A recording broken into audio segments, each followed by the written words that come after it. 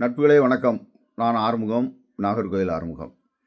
எல்லாரும் நல்லா இருக்கீங்களா அப்படின்னு கேட்க மாட்டேன். ஏன்னா யாருமே நல்லா இல்லை. மனதளவில் மிகப்பெரிய டென்ஷனோடு இருக்கிறீர்கள் என்பது எனக்கு புரியும்.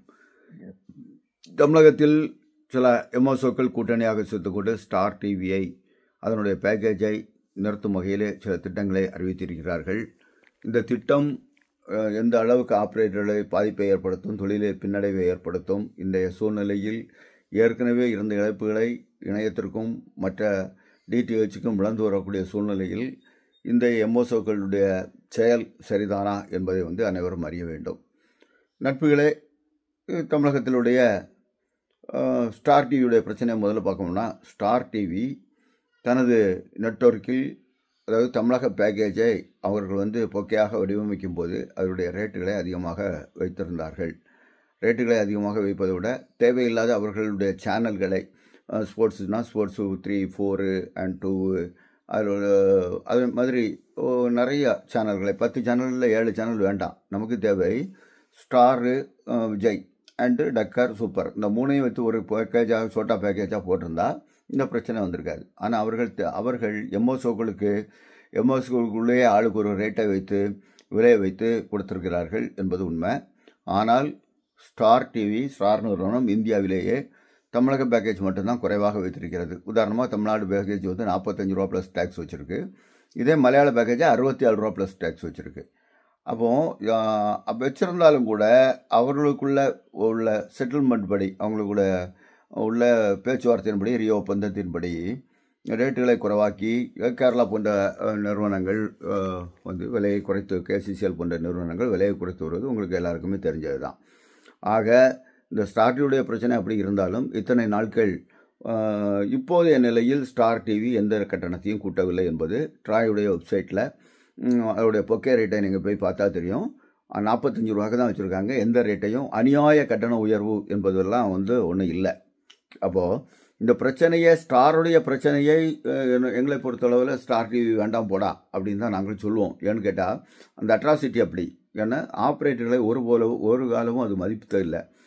ஏதாவது எம்எஸ்ஓக்குள்ள பிரச்சனையாக நீங்கள் டிடிஹெச்சுக்கு போங்க, ஆப்ரேட்டரை விட்டுருங்கன்னு சொன்னதுனால நாங்களும் ஸ்டார் டிவி வேண்டாம் போடா அப்படின்னு ஒரு நிலையை கூட்டமைப்பாக எடுத்து ப்ரொஃபைல் பிக்சராக வச்சு கூட ஒரு போராட்டத்தை நடத்தினோம். எந்த வகையில் எம்எஸ்ஓக்கள் செய்யக்கூடிய ஸ்டார் டிவியை வெளியே வைப்போம் என்கிற கருத்தில் எனக்கும் கூட்டமைப்புக்கும் உடன்பாடு உண்டு. சரியா? ஆனால் கையாளக்கூடிய விதம் என்பது ஒரு விஷயம் இருக்கு இல்லையா? 105 ரூபாய்க்கு ஒரு பேக்கேஜை கொடுத்துருக்கார்கள். அதே பேக்கேஜை மற்ற நிறுவனங்கள் 110க்கு கொடுத்துருந்தாங்க. அந்த 105 பேக்கேஜில் ஸ்டார் லெவலில் எல்லா சேனலும் வந்துட்டு தான் இருந்தது. அப்போ ஸ்டாரை நீங்கள் நிறுத்துவதாக இருந்தால் அந்த 105 ரூபாவில் ஸ்டாருக்கு கொடுத்த ரூபாய் 20 ரூபா கொடுத்துட்டு இருந்தேன்னு சொன்னீங்க. அந்த 20 ரூபாவை குறைத்து ஃபிக்ஸ் பண்ணிவிட்டு நீங்கள் ரேட்டை குறைச்சிட்டு நீங்கள் பேக்கேஜை வெளியில் விட்டுருந்தாங்கன்னா ஸ்டார் டிவி வேணும்னு, விஜய் டிவி வேணும்னு உள்ளவன் போட்டிருப்பான். விஜய் டிவி வேணும்னு உள்ள கஸ்டமருக்கெல்லாம் போட்டிருப்போம். இது எல்லாம் சேர்த்து 60 ரூபா ஆகுன்னு சொன்னாங்கன்னா விஜய் டிவி மட்டும் பார்த்துட்டு சும்மா இருந்திருப்பாங்க. விஜயுடைய கூடுதல் இருக்கக்கூடிய எல்லா சேனல்களும் வலுவிழந்து மீண்டும் உங்களை நாடி இலவசமாக தந்திருக்கக்கூடிய ஒரு சூழ்நிலைக்கு கொண்டு வந்திருக்கலாம். ஆனால் அதை செய்யாமல் 105 ரூபாக்குள்ள பேக்கேஜ், 110 பேக்கேஜை காலி பண்ணிவிட்டு 115, 120 ரூபாக்குள்ள பேக்கேஜை எடுத்து அதில் 10 ரூபா குறைச்சி இதில் கூட போகும்போது இப்போ நீங்கள் தந்திருந்த 105 ரூபா பேக்கேஜை திருப்பி போடணுன்னா இப்போ 152 ரூபா வருது. அப்போ 40 ரூபா கட்டண உயர்வு என்பது இந்திய வரலாற்றில், உலக வரலாற்றில் கேபிள் டிவிக்கு ஒரே சமயத்தில் இவ்வளவு கட்டண உயர்வு யாருமே பண்ணினது இல்லை என்கிற ஒரு நிலையை இந்த எம்எஸ்ஓக்கள் உருவாக்கி விட்டார்கள். இதனால் என்ன நடக்கும்? டிடிஹெச்சுக்கு போவாங்க. நம்ம கொடுக்காமல் இருக்க முடியுமா? ஸ்டார், விஜய் இல்லாமல் நம்ம ஒரு முழுமையான ஒளிபரப்பை கொடுக்க முடியாது. அப்படித்தானே? இப்போ தான் உங்களுக்கு புரிஞ்சிருக்கணும். இந்த நிறுவனங்கள், நான் ஒரு இயக்கத்தில் இருந்தவன், அந்த இயக்கத்திலிருந்து வெளியே வரும்போது சொன்ன விஷயம், இவங்க சங்கம் வணிகவசப்பட்டு விட்டது. இந்த வணிகத்தை சிண்டிகேட்டெல்லாம் அவங்க என்ன சொல்கிறாங்களோ அதே மாதிரி இந்த சங்கம் செய்ய ஆரம்பிச்சுன்னு குற்றச்சாட்டோடு வெளியே வந்தேன். இந்த குற்றச்சாட்டுக்கு ஒரு நிரந்தர தீர்வை நாம் உருவாக்க வேண்டும். ஏன்னா சங்கவாதிகள்லாம் குற்றம் மட்டும் சொல்லிட்டு இருக்கக்கூடாது. குற்றம், பிரச்சனை, அதற்கான தீர்வையும் சேர்த்து சொல்லணும். அந்த வகையில் நான் அன்னைக்கு முடிவெடுத்தது என்னன்னு கேட்டிங்கன்னா, வட இந்திய கம்பெனின்னு நீங்கள்லாம் சொல்லக்கூடிய ஜிடிபியில் இங்கே கொண்டு வந்தோம். ஜிடிபியில் கொண்டு வந்து ஒரு விலை குறைவான, இங்கே விட எல்லாம் 10 ரூபா கம்மியான ஒரு விலையில் கொண்டு வரணும், பேக்கேஜை கொண்டு வரணும்னு உள்ள மாதிரி கொண்டு வந்தோம். அது வெரி சக்ஸஸ் ஆகி அவங்க ஒரு 70,000 80,000 பாக்ஸில் இருந்தாங்க. இன்றைக்கி 12 லட்சம் பாக்ஸை எடுத்து தமிழ்நாட்டில் ஒரு நிறுவனமாக மாறி பெரிய அளவில் டிசைடிங் பாயிண்டாட்டு மாறிட்டாங்க. இன்றைக்கி கூட பாருங்கள், தமிழ் பேக்கேஜ் எல்லாம் விஜய் உட்பட ரூபாவுக்கு பார்க்கக்கூடிய வாய்ப்பை அந்த கம்பெனி தான் கொடுத்துருக்கு. ஸோ அப்போ நான் கொண்டு வந்தது, நான் ப்ரொமோட் பண்ண கம்பெனி வந்து நல்லதாக தானே இருக்குது. ஸோ அவங்களுக்கெல்லாம் கூடாத விலை இவங்களுக்கு எப்படி கூடுச்சு? ஸ்டார் டிவி இங்கே விட கர்நாடகாவில் விலை கூடுதல், இந்த பேக்கேஜ் லோ பேக்கேஜ் வந்து கர்நாடகாவில் விலை கூடுது, ஆந்திராவில் விலை கூடுது, கேரளாவில் விலை கூடுதல். ஆனால் அதை எல்லாத்தையும் விட தமிழ்நாட்டில் 45 ரூபா இருக்கக்கூடிய சேனலை மட்டும் நீங்கள் அப்படி கேட்ட சொல்லும்போது மற்றவங்கெல்லாம் எப்படி குறைச்சி கொடுக்க முடியுதுன்னு உள்ளதை பார்க்கணுமா வேண்டாமா? கேரளாவில் கேசிசிஎல் வந்து தமிழ் மலையாளம்னு ஒரு பேக்கே மொத்தமே சேர்த்தே 70 ரூபாய்க்கு கொடுத்துருக்காங்க. தமிழில் உள்ள எல்லா சேனலும் வந்துடும், விஜய் டிவி உட்பட எல்லா சேனலும் வந்துடும், அவங்களால கொடுக்க முடியுது. ஸோ அப்போ என்ன, நீங்கள் வந்து ஒட்டுமொத்தமாக ஒரு முடிவெடுக்கணும்னா ஸ்டார் டிவியை எதுக்கணும். ஸ்டார் டிவிக்கு கொள்ளக்கூடிய காப்பு வந்து மற்ற பே சேனல்களுக்கும் ஒரு அச்சத்தை உருவாக்கணும்.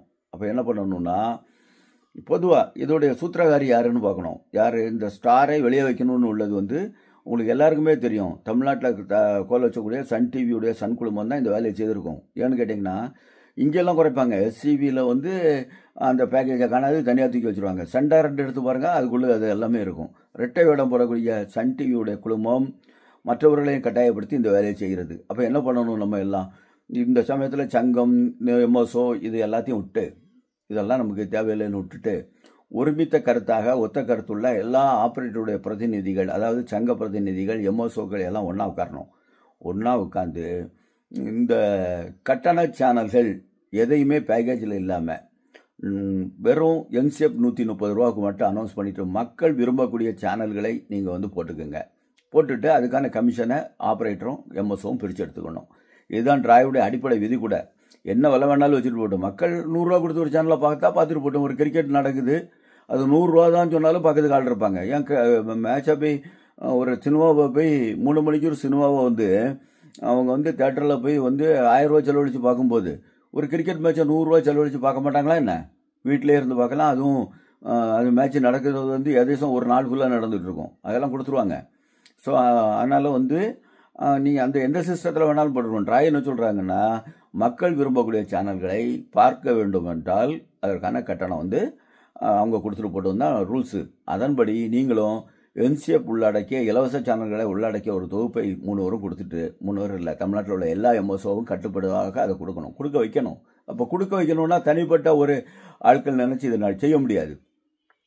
எந்த மாற்றுப்பட்ட கருத்துக்கள் யாருக்கு இருந்தாலும் சரி, ஒரு சங்கமான நிறுவனத்தினுடைய தலைவர் என்னுடைய பழைய குருநாதர் ஷைலன் அவர்கள், அவர் வந்து இப்போ என்ன செய்திருக்கணும்னு கேட்டால், இந்தியாவில் உள்ள எல்லா எம்எஸ்ஓவையும் கூப்பிட்டு, இந்தியாவில் உள்ள டிடிஹெச் எல்லாம் கூப்பிட்டு, இந்தியாவில் உள்ள கிட்ஸ் எல்லாம் கூப்பிட்டு உள்ளுக்கு வச்சு எல்லா சேனலையும் வெளியில் போகக்கூடிய வேலையை செய்திருக்கணும். அதெல்லாம் அவங்க செய்யலை.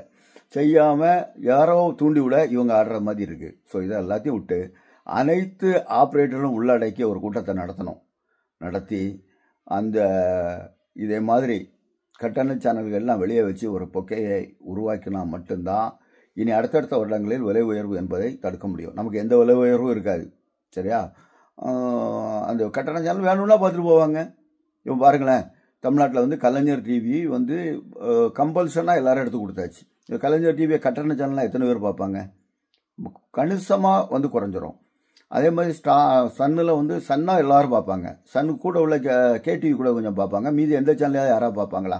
பார்க்கக்கூடிய பணம் கொடுத்து பார்க்கணும், ஒருத்தன் கூட பார்க்க மாட்டான். ஸோ எல்லாத்தையும் கட்டுப்படுத்தி கொண்டு வரணும்னா, அப்போ நம்ம வந்து நீங்கள் கேட்கலாம், சன் டிவியை மட்டும் தாக்குறீங்களே. சன் டிவியை நான் தாக்க மாட்டேன். என்ன கேட்டால், ஏதோ தமிழ்நாட்டில் வந்து ஓரளவுக்கு விலை குறைவாக தான் கொடுத்துருக்காதாட்டு எனக்கு தகவல். 12 ரூபாய்க்கு அனைத்து சேனல்லையும் கொடுத்துருக்காதாட்டு தான் தகவல் இருக்குது. ஒரு சேனல் 1 ரூபா 2 ரூபா தான் வர மாதிரி தான் கொடுத்துருக்காதாட்டு எனக்கு தகவல் வருது. அதுவும் அவங்க கூட பிரச்சனை பண்ணால் தான் இவங்க உண்மையான விலையை சொல்லுவாங்க. இப்போ சன் டிவி நம்ம ஆளுன்னு வச்சுக்கோங்களேன், தமிழ்நாட்டுக்காரங்க, தமிழ்நாட்டு சேனல்கள் எல்லாத்தையும் உட்காந்து பேசுவோம். அப்படியே ஒரு வேலை இருந்தாலும் ஒரு உடன்பாடுக்கு வந்தானா ஒரு 10 ரூபா கூட்டில் 10 ரூபாயில் எவ்வளோ தமிழ் சேனலும் சன் டிவி இருந்தால் விட்டுட்டு போவோம்.